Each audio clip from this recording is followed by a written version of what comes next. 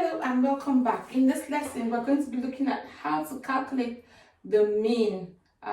This is the first lesson in topic 7, and in topic 7, it's all about averages. So you need to be able to calculate the mean, the arithmetic mean, and the estimated mean. And you need to know how to do this for grouped and ungrouped data, and you need to know how to calculate the median for a data set, for a frequency table, and for grouped frequency table as well. And you need to be able to do this for mode as well. So let's jump straight into calculating the mean.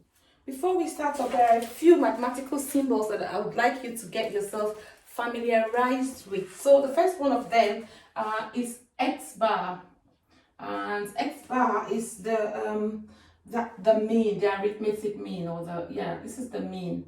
Yeah, and then you have usually we use X, meaning the number of something, and the F represents frequency,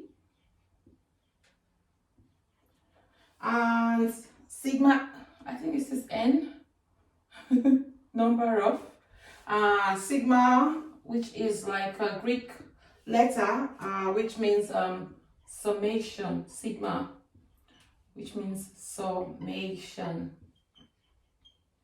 Okay, you also have sigma F times X, which is X should be like your data, whatever thing you're trying to calculate. Yeah, sigma F times X would be that would be the total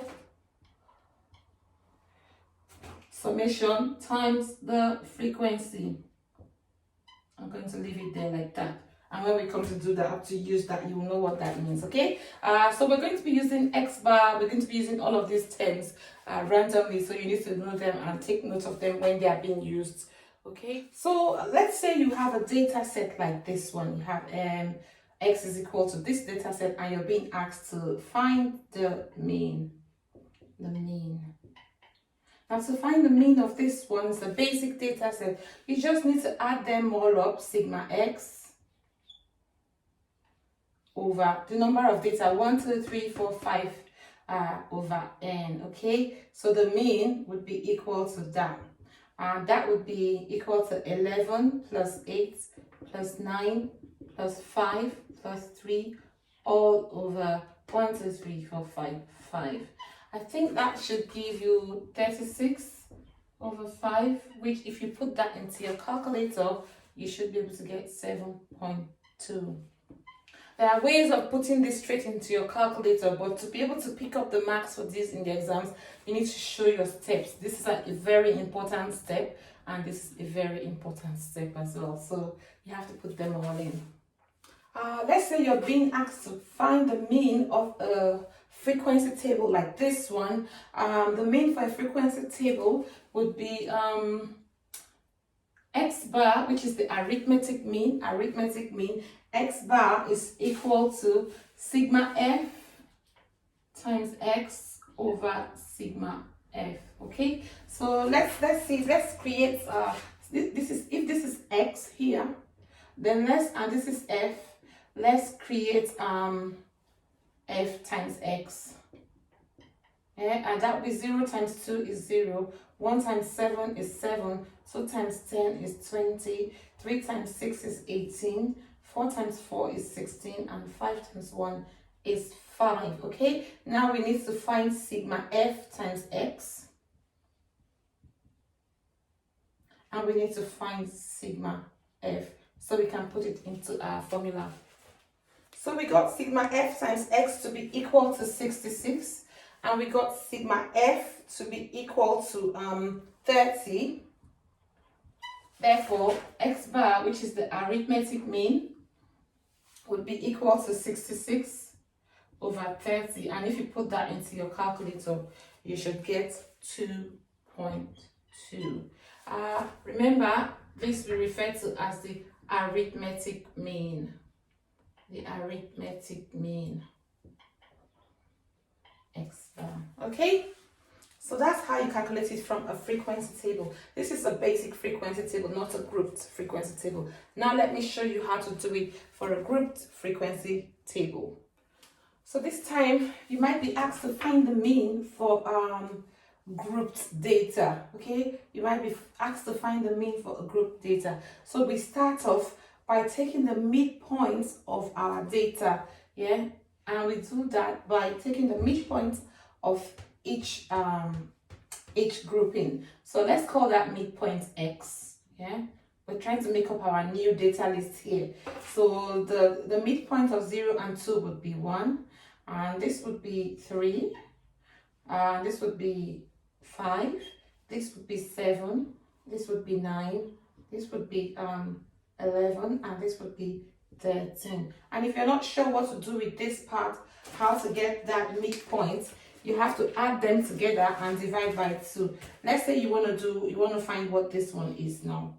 Sorry that I have to do this. This isn't much space here. You have to do 4 plus 6 divided by 2. That's going to be 10 over 2, which is equal to 5. Yeah? Okay. So that's what that is. I'm going to just take that off. Okay, so we've got the midpoints. Now we've got to do the same thing that we did previously. We have to do sigma f times x. Because we have to do sigma f times x, so we have to find f times x. So I'm just going to quickly put those in now. This would be 7. 7 times 3 is 21. 11 times 5 is 55. 15 times 7 would be 105. 8 times 9 would be 72. And 16 times 11 would be 176, and this would be 22 times 13 would be 286. You can definitely check this out in your calculator. And now you want to put sigma, you want to calculate sigma f times x in your calculator, and you want to calculate sigma f so that you can use the formula x bar.